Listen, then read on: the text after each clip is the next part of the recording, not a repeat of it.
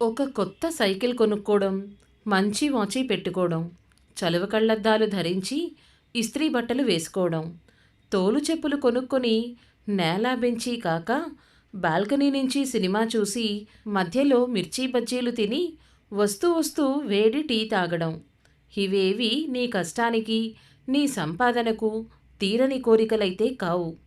నాన్న అన్న ప్రేమతో కూడిన పిలుపుకి కట్టుబడి బరువులు బాధ్యతలు నెత్తిన వేసుకొని నీ కలలను అటకెక్కించి మా కలల సాకారానికి చెమట రక్తం రెండూ ధారపోశావు. పిల్లలకి స్పోర్ట్స్ బైక్ కొని మురిసిపోయావు. బ్రాండెడ్ బట్టలు చెప్పులు తప్ప వేరేవి వేసుకొని వాళ్ళ అలవాట్లకు గర్వించావు. ఎంత డబ్బైనా పెట్టి చదువుకునేలా చేశావు.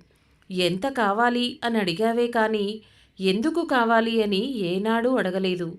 నీకు నువ్వే ఏటీఎంగా మారిపోయావు. నీ కలలు కళలుగా మిగిలిపోయినా వాళ్లకు రంగుల జీవితాన్ని పరిచయం చేసి నువ్వు మాత్రం చీకట్లో మిగిలిపోయావు. ఎందుకు నాన్నా? కృతజ్ఞతలు లేని కొడుకుల్ని ఎందరినో చూసినా నీకు నీ పిల్లల మీద నమ్మకం పోలేదు కదూ. మరి పిల్లల బాధ్యతను తెలియచెప్పేదెవరు? కమెంట్ చేయండి. మరిన్ని వినిపించే కథల కోసం కథాపుస్తకం ఛానల్ని సబ్స్క్రైబ్ చేసుకోండి.